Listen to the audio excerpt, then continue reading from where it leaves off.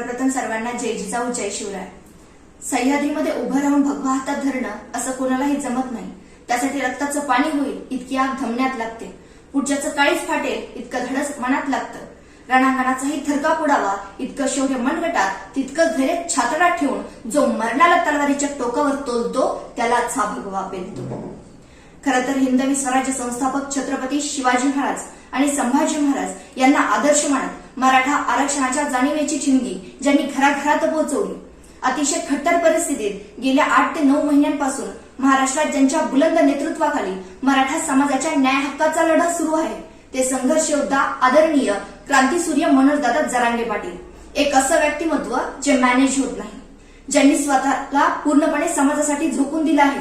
हा लढा 100% यशस्वी करण्याकरिता जे अहोरात्र झुंजत आहेत। जणू येणाऱ्या वादळांना ते सांगत आहेत, प्रत्येक वादळ पेलेल मी, माझा आत्मविश्वास आहे, माझ्या पायाशी जमीन पाठीशी आकाश आहे, पाय जमिनीत घट्ट राहून मी सह्याद्री सारखा ताठ आहे। जाऊनच सांगा त्या वादळांना, तुमची शिवबाच्या एका निष्ठावंत मावळ्याशी गाठ आहे। धन्यवाद। जय जिजाऊ जय शिवराय जय शंभूराजे। एक मराठा लाख मराठा, एक मराठा कोटी मराठा।